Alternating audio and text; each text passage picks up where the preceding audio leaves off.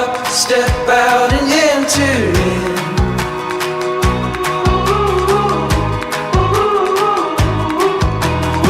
There's no time for stalling. The wild is calling. Hindi ka magiging best civilian employee of the year kung hindi ka talaga hindi deserve mo. You deserve it all.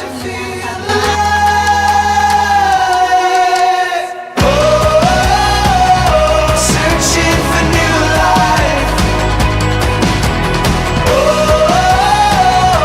Reaching for new heights. Talagang family yung tuloy ko kay Tita Lisa, especially during our hard times.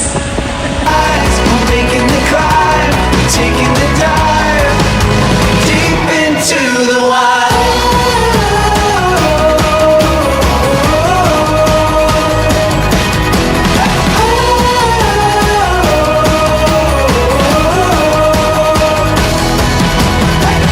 Our dreams are. Enjoy your retirement sa buwan. Wala nang masyadong problema.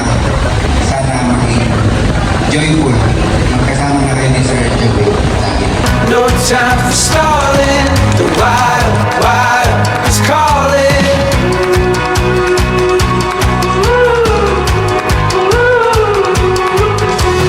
Risk it all, you learn to feel alive.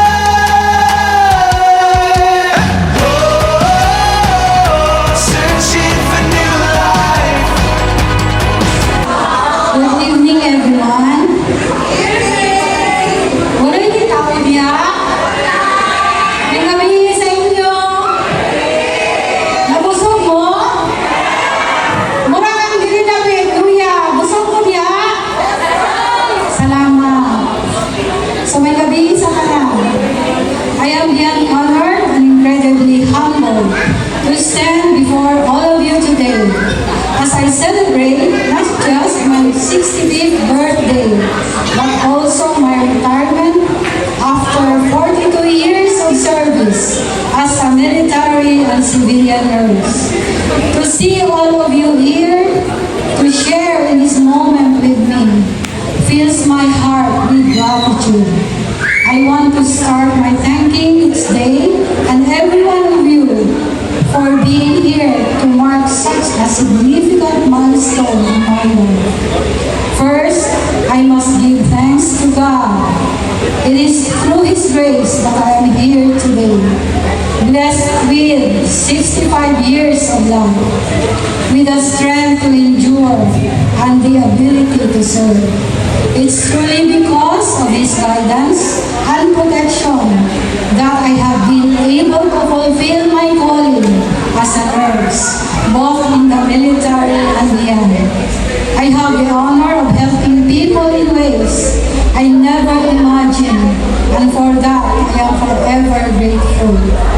I'd also like to express my deep gratitude to my family, Mac and Kay, Linden, and Good and Ace. Without your unwavering love and support, I would not be standing here today. My husband, I love Joey. Love, burn you. Kuya. Joke lang. Joke lang, Sarah. Asa magtuloy, wala na ko. My children and my grandchildren, you all have been my mentors. The ones who held me up during the hardest days and celebrated with me on the best. You are my joy and the greatest gift I could ever receive. Thank you for always being my rock. When I first joined the military and civilian as a nurse, I was young, eager, and filled with sense of duty. I knew that this path would not be easy, but I felt called to serve, not only to help those in need, but to give back to the country that had given me so much. For 42 years of service, I dedicated myself to this cause. My work was my first priority, my passion and my mission. My family, though all me, understanding that my commitment was to something greater than myself. And though there were many times when I couldn't be there as much as I wanted, they always knew how much they meant to me. As a military and civilian nurse, I faced challenges that tested my both professionally and personally. There were moments in some of the most intense environments when I had to make quick decisions that could change a life in all instants. I vividly remember the times when we treated wounded soldiers, some of whom were barely conscious or tremendously in pain. The feeling of pressure to make sure they survive, that they made back to their families, was overwhelming at times. But it was a challenge I rose to every single day. The battlefield, the hospitals, the emergency response situations, they were not easy, yet they were worth every sacrifice. When I would hear those soldiers tell me, "Mom, thank you," or when I saw the relief of their eyes as they recovered, I knew it was exactly where I needed to be. As I stand here today, transitioning from this rewarding career into retirement, I can honestly say I will miss it. I will miss the adrenaline of the job, the camaraderie with my fellow medical professionals, and the sense of purpose that comes from helping others in their most vulnerable moments. But I also recognize now it's time for me a new chapter. And I am peace with that. The experiences I had, the lives I've touched, and the friendship I've forged will stay with me forever. I must have a moment to express my deepest gratitude to the people who made this special day possible. To the Master of Ceremonies, Ma'am, salamat tayo.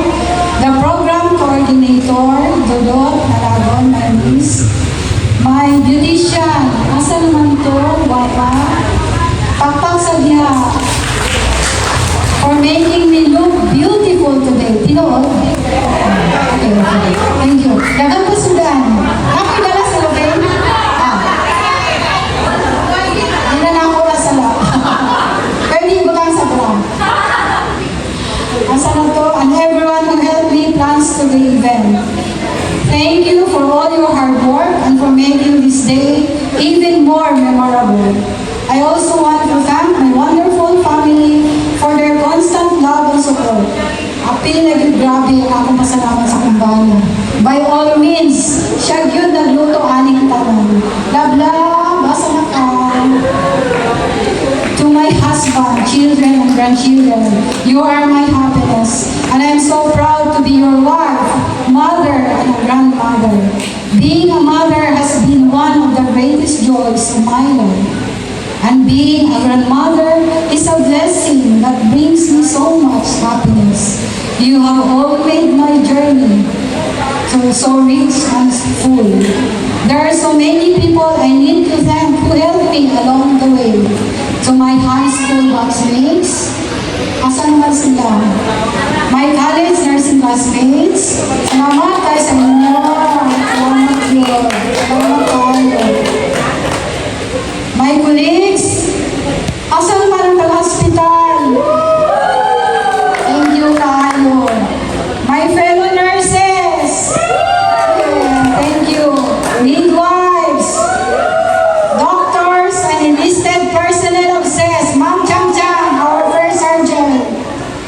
Our commanding officer, Sir Colonel Rosqueta, daghan kayong salamat, sir. Nagsama tayo, sir, parang isang taon lang, sir, no? Salamat, sir, ha? Kay, sa aking mabait na mabait, ako ang kanyang favorite, Lieutenant Colonel Tumaliwan, our chief nurse. Sir, thank you, sir. At sa aking pinakamabait din na assistant chief Counselor Success Port ID, Major Almegro. Ma'am, salamat sa lahat. And ang aking primary healthcare officer, Sir Escoro, thank you. Na-miss kita sa ating mga lakad-lakad. Minsan nilibre kita, di ba? Biyahan. And support have been valuable.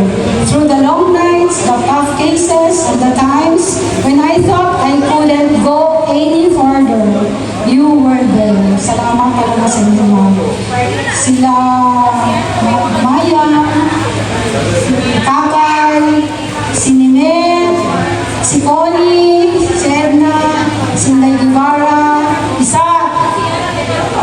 isa pa diha, nursing service, si Ma'am Cares Ismalde. Whether we shared stories over coffee, offered a shoulder to lean on, or worked side by side on the toughest of days, you all helped me through every challenge. I wouldn't have made it without you. Thank you from the bottom of my heart. I also want to acknowledge the people who helped me get through some of the darkest moments of my life. Ako sa pasalamatan si Colonel Reyes, sa iyang mga sponsor, aning ibang mga program. Salamat kay Ray, nasa kakaroon. Life isn't always easy, and the road today wasn't without the bumps. There were times of doubt, fatigue, and loss, but I was never alone. Whether it was my friends, my mentors, or my family, I have been blessed so many people who believed in me when I couldn't believe in myself.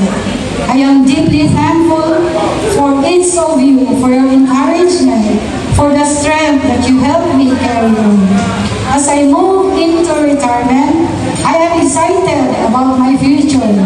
I look forward to spending more time with my family, traveling, and perhaps even finding new ways to serve the community.